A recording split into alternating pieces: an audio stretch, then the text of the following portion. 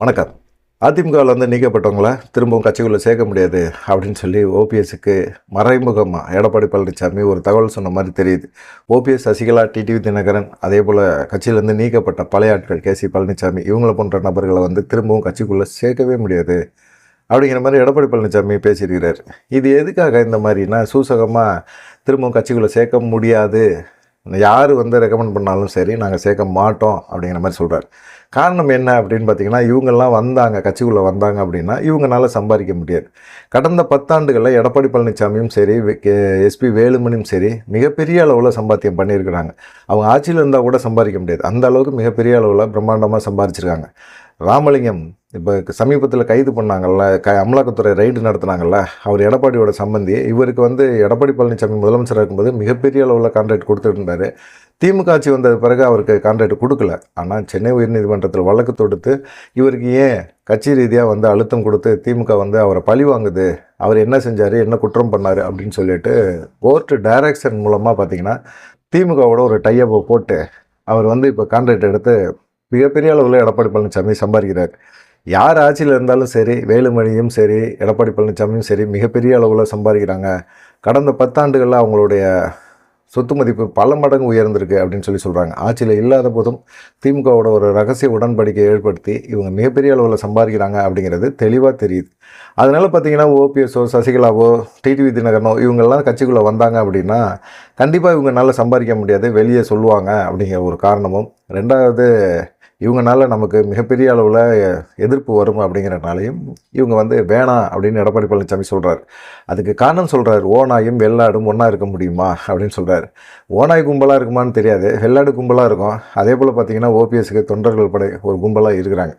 ஓநாய் எடப்பாடி பழனிசாமி, ஓநாய் என்ன செய்கிறாரு, அதிமுக தொண்டர்களை அழிச்சிக்கிட்டு இருக்கிறாரு, அதிமுக கட்சியை அழிச்சிக்கிட்டு இருக்காரு, அடித்து சாப்பிட்றாரு, அவங்களோட உழைப்பை பயங்கரமாக கபாலீஸ்காரம் பண்ணுறாரு அப்படிங்கிற மாதிரி சொல்கிறாங்க. அதிமுக பொதுச்செயலாளர் பதவி கூட அவர் தேர்ந்தெடுக்கப்பட்ட முறை தப்பு அப்படிங்கிற மாதிரி தெரியுது. சரி, இந்த மாதிரிலாம் பேசுகிறதுக்கு என்ன காரணம் அப்படின்னு பார்த்தீங்கன்னா, இவருக்கு பின்னாடி இப்போ பாஜக ஒரு சப்போர்ட்டுக்கு வருதோ, பாஜக கூட இவர் கூட்டணிக்கான பேச்சுவார்த்தை நடத்திட்டாரோ, நான் சொல்கிறத பாஜக ஏற்றுக்கிட்டா அதிமுக பாஜக கூட்டணியை உருவாக்கலாம் அப்படிங்கிற மாதிரி சொல்கிறாரா அப்படிங்கிற மாதிரி இருக்குது. காரணம் என்னென்னா, விஜய் 60 சீட்டு துணை முதலமைச்சர் அப்படின்னு பேச்சுவார்த்தை நடத்தின போது 40 இவங்க சொன்னாங்க, அவங்க 60 கேட்டாங்க. அது கூட ஓகே அப்படின்னு ஒத்துக்கலாம் அப்படின்னு சொல்லிட்டு எடப்பாடி பழனிசாமி தரப்புலாம் சரின்னு சொன்னாங்க. ஆனால் இப்போ விஜய் தரப்பில் பிரசாந்த் கிஷோர்கிட்ட பேச்சுவார்த்தையெல்லாம் நடத்தின பிறகு அவர் என்ன கேட்குறாருன்னா, எடப்பாடி பழனிசாமிக்கு என்ன முதலமைச்சர் ஃபேஸ் வேல்யூ இருக்குது, எனக்கான ஃபேஸ் வேல்யூ இருக்குது, கண்டிப்பாக மக்கள் மத்தியில் இருக்குது, என் முகத்தை காட்டினாலே மக்கள் அதுக்கான ஓட்டை போட்டுருவாங்க. ஆனால் எடப்பாடி பழனிசாமிக்கு அப்படி போடுவாங்களா, அதனால் பாதி கொடுங்க, 117 சீட்டு எங்களுக்கும் கொடுங்க அப்படின்னு சொல்லி விஜய் தரப்புலேருந்து பேச்சுவார்த்தை எடப்பாடி பழனிசாமிகிட்ட நடத்தியிருக்காங்க. ஆனால் விஜய் இந்த கோரிக்கை வைப்பார் அப்படின்னு சொல்லி எடப்பாடி பழனிசாமி யோசிக்கலை. விஜயை தவிர்க்கவும் முடியாது, கூட்டணிக்குள்ளே கொண்டு வரணும்னு சொல்லி கட்சிக்குள்ளேயே அழுத்தம் இருக்குது. அதே போல் ஒருங்கிணைந்த அதிமுக உருவாக்கணும்னு சொல்லியிருக்கிறாங்க. அதே போல் சீனியர்கள் பலர் பாஜகவுடன் கூட்டணி வைக்கணும் அப்படின்னு சொல்லியிருக்காங்க. இப்படி பலவிதமான கருத்துக்கள் அதிமுகக்குள்ளே இருக்குது. இந்த மாதிரி சூழ்நிலையில் விஜய் 117 சீட்டு கேட்குறாரு அப்படின்னா எப்படி கொடுக்க முடியும் அப்படின்னு கேட்குறாங்க. அது இல்லாமல் துணை முதலமைச்சர் பதவி கொடுக்குறேன் அப்படின்னு எடப்பாடி பழனிசாமி சொல்லியிருந்தார். விஜய் அது துணை முதலமைச்சர் பதவியை எதிர்பார்க்கவே இல்லை. அவர் சொல்கிறதுலாம் என்னன்னு கேட்டிங்கன்னா, நான் முதலமைச்சர் கேண்டிடேட்டாக தான் இருப்பேன், ஆனால் முதலமைச்சர் கேண்டிடேட்டாக இருக்கும்போது யாருமே இதில் நீங்கள் பிரச்சாரம் பண்ணும்போது உங்களை முதலமைச்சர் கேண்டிடேட் அப்படின்னு பிரச்சாரம் பண்ணிக்கோங்க, நான் என் பிரச்சாரம் பண்ணும்போது நான் தான் முதலமைச்சர் வேட்பாளர்னு இது பண்ணிக்குவேன், பிரச்சாரம் பண்ணிக்குவேன் அப்படின்னு சொல்லியிருக்கிறார். அதே போல் முதல் 2.5 வருஷம் முதலமைச்சராக நான் தான் இருப்பேன் அப்படின்னு சொல்லி விஜய் தரப்பில் எடப்பாடி பழனிசாமிகிட்ட பேச்சுவார்த்தை நடத்தியிருக்காங்க. இதெல்லாம் சுத்தப்படாது அப்படிங்கிற ஒரு எண்ணத்துக்கு அவர் வந்துட்டார்.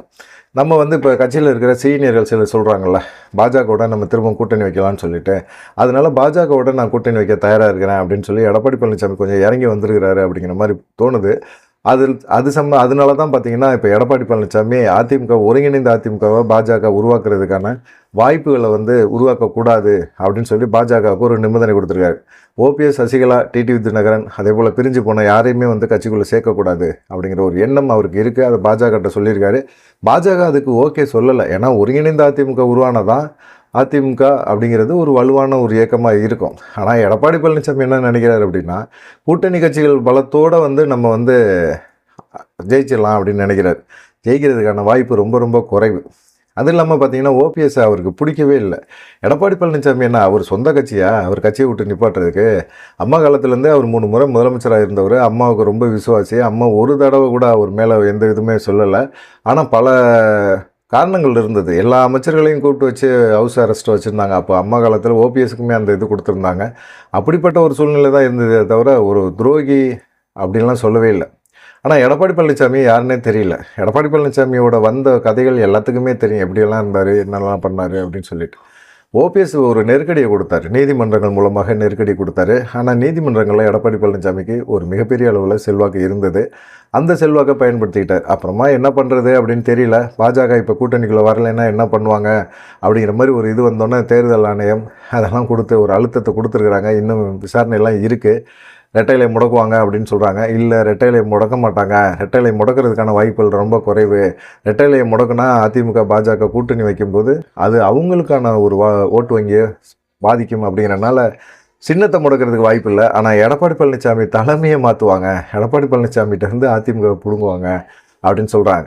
அதுக்கு இன்னையிலேருந்து ஒரு ஸ்டார்டிங் வேறு வேலையெல்லாம் நடக்கும் அப்படிங்கிற மாதிரி பேசுகிறாங்க.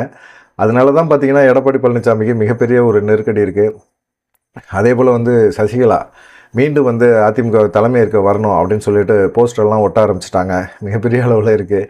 டிடிவி தினகரன் பார்த்திங்கன்னா எடப்பாடி பழனிசாமியை துரோகத்தின் வழியாக அதிமுக கைப்பற்றினவர். அது துரோகி கையில் அதிமுக இருக்குது. அதிமுக கையில் அவர் கையில் இருந்தாலும் அது என்றைக்குமே ஆட்சியில் உட்காரவே முடியாது. தலைமை மாறினா தான் அது உட்கார முடியும் அப்படின்னு சொல்லியிருந்தார். அதே போல் செங்கோட்டையன் அவர் எடப்பாடி பழனிசாமி புரட்சித் தலைவரையும் புரட்சித் தலைவியும் மதிக்கிறதே இல்லைங்க. அவங்கள அவமானப்படுத்திக்கிட்டு இருக்காரு. அவர் தன்னை முன்னிலைப்படுத்திக்கிறார். நான் தான் அதிமுக, என்னை தவிர யாருமே அதிமுக கிடையாது அப்படிங்கிற மாதிரி ஒரு எண்ணத்தில் அகம்பாவத்தில் நடந்துக்கிறாரு அப்படின்னு வெளிப்படையாக எந்த விதத்து குறைபாடுக்குமே யாரை பற்றியுமே பேசாதவர் விமர்சனம் பண்ணாரு.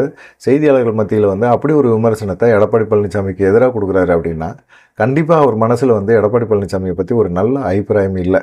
தொண்டர்களோட மனநிலையை, தொண்டர்களோட ஆதங்கத்தை வெளிப்படுத்துகிற மாதிரி தான் தோணுச்சு.